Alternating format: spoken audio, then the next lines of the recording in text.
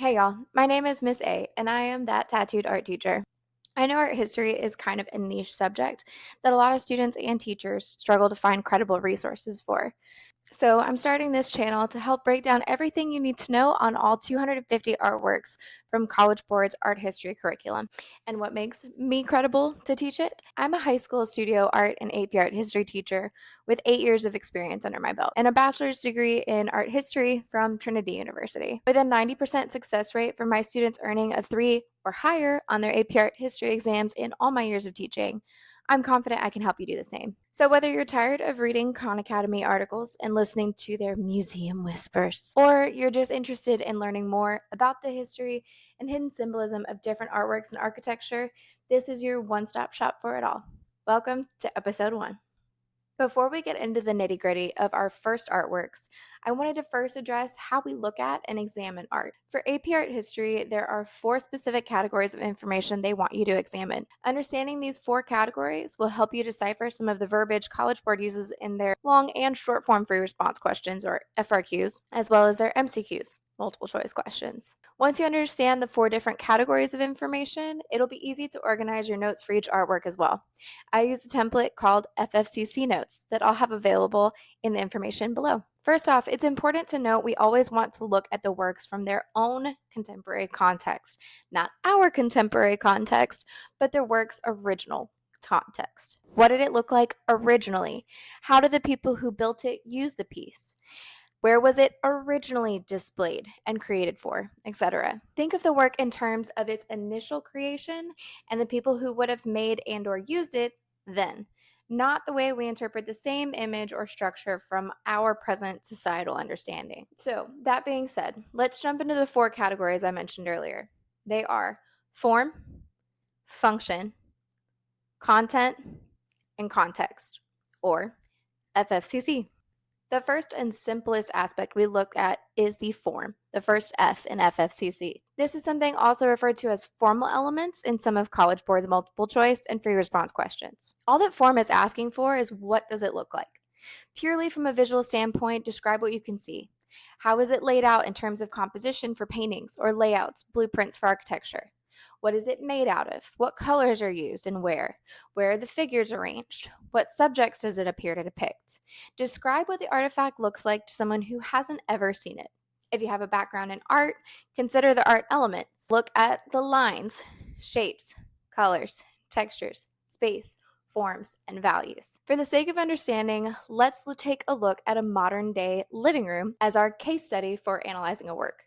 I've chosen a living room because it encompasses some of the more difficult or abstract concepts to grasp when not looking at, say, a painting. So hopefully this will also help, especially when you're examining architecture later on in class or through this series. We also use living rooms in our day-to-day and have encountered lots of different ones from friends and families' homes, and so it'll be easy to see how different elements relate to different messages or feelings later on as well without a whole background of understanding to take into account. So given this living room, if I was to ask for its form or its formal elements, what are some of the things that you could say to describe it?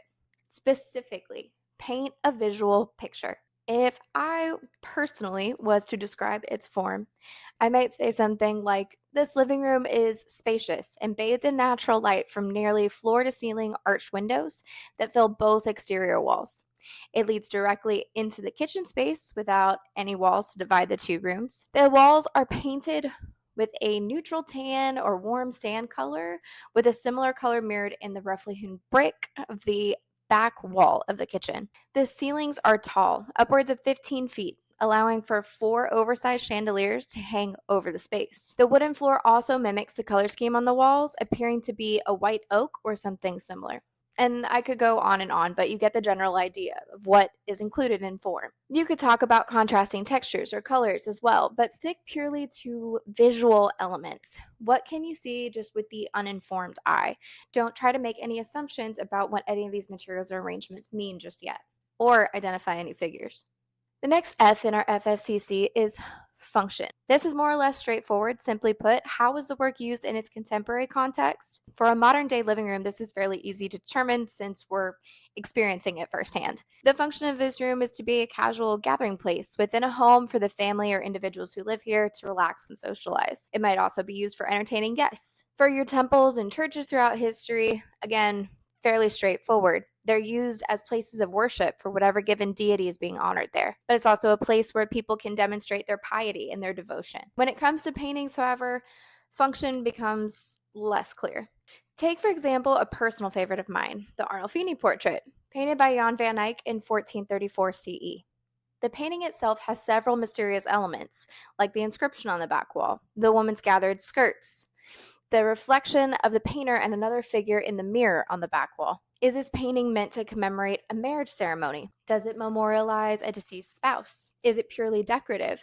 Why feature such an odd-looking man if it was made for such an arbitrary purpose? Is it a display of wealth for the patron who commissioned its creation? Is it meant to document daily life for historical reference in centuries to come? Some of these potential functions can be deciphered for the work in question once we understand the last two categories, the content and the context. Content is probably the most difficult of the four categories to initially grasp and understand. When deciphering a work's content, you are looking for the deeper meaning, symbolism, or significance of the work within its original context. What does the work seek to imply, make known, or draw attention to?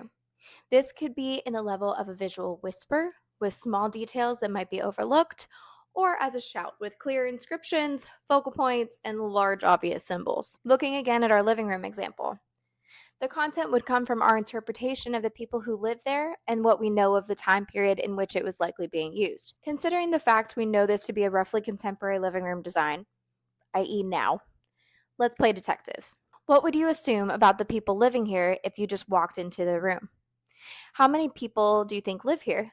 How old do you think they are? What's their relationship to each other? What do you think they do for a living or in their day-to-day lives?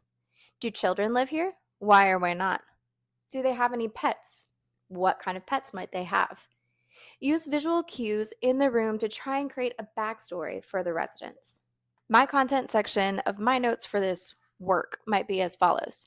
I believe it's a heterosexual couple who live here due to a neutral, non-gender specific color scheming and average contemporary furnishings that don't show much individuality or non-conformity. Due to its grand size and the newness and high quality of materials used, it likely belongs to a husband and wife who are in the upper, maybe upper middle class, depending on the location of the home.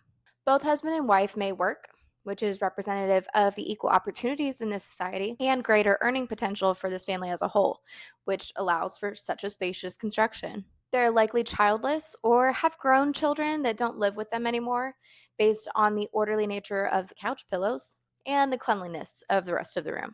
It's also not likely that they have small children due to sharp exposed table edges that are visible, breakable decorative pottery on the floor, and no evident covers on furniture. Simultaneously, there are no messes, stains, or toys visible either. Given the relaxed, comfortable, and soft nature of the furniture design, though, I could see a large dog being a family pet. It doesn't seem to be a family that doesn't use their furniture, and they're not worried about someone touching it. So I could easily see a doodle nestled into the corner of the couch.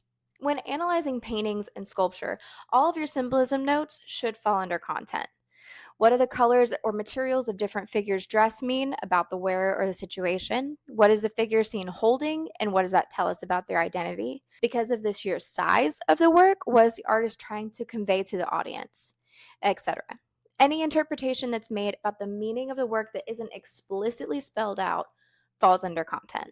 And finally, our last and arguably most important category, the final C, context. Context provides all the historical background information surrounding the work that helps give us the total picture. The artist's history, the patron's identity, who commissioned or sponsored production of the work, and why they commissioned the piece. Major historical events that impacted the design or production of the work, and any societal norms or cultural practices with regards to the work all fall under context. All of the ritualistic practices that took place at various temples fall under context. Where the painting was meant to be displayed, when it could be viewed, and by who, all fall under context. Let's look back at our living room example one last time. While we used visual cues and what we understand of contemporary societal norms to speculate what these design choices imply about the people who live here in content, for context, we would need the actual hard facts of who lives here and what purpose this home has for them, and why they've made the design choices that they have in order to give us this final space. Context is not something that can be guessed at or psychoanalyzed. Instead, it must be based on physical evidence. In order for me to know the true context of this home, I would need to speak to the residents, people the residents have invited to visit the property, or have access to writings from the owners, visitors, builders, contractors, commenting on the home and design choices that were made. I think about that scene from Harry Potter, where Mr. Weasley, a man who has always lived in the wizarding magical world, is fascinated by muggle or non magical artifacts from our world. And he asks Harry, Now, Harry, you must know all about muggles. Tell me, what exactly is the function of a rubber duck? art history can be a bit like that. Anyone can describe the form of a rubber duck, but in order to determine its function and content, we need to know first its original context. How was it used by the people who made it or purchased it? What class of people typically had them? Were they expensive, common, and cheap? Why did people have them? Was it a fad or something that existed through generations? Was it passed down within families or disposable? Context gives us all of these answers that help us to better understand a piece on the whole. Art historians use a similar approach to determining the context of our pieces that we look at in art history. They use written accounts from people who created, commissioned, or experienced these works firsthand within the contemporary context. This might be contracts between artists and patrons, geological or archaeological evidence uncovered by archaeologists who help us understand what life was like for these ancient people. Accounts from ancient historians who described architectural feats as they were being built or in their heyday of use, sometimes even accompanied by helpful detailed drawings which give us a better picture of what the work originally looked like. Context is all of the background information about the people or society who commissioned, made, or used whatever artwork we're studying to give us a better understanding of its intended purpose, and also what would have made it particularly new, special, or innovative within the broader context of human and art history. And there you have it. Once you're able to effectively determine the form, the function, the content, and the context of a work, you're thinking like an art historian. And with a bit of studying, you'll be ready to conquer that AP test or just impress all of your friends on your next museum visit. Tune in next week as I delve into our first artwork with these principles, the prehistoric Apollo 11 stones.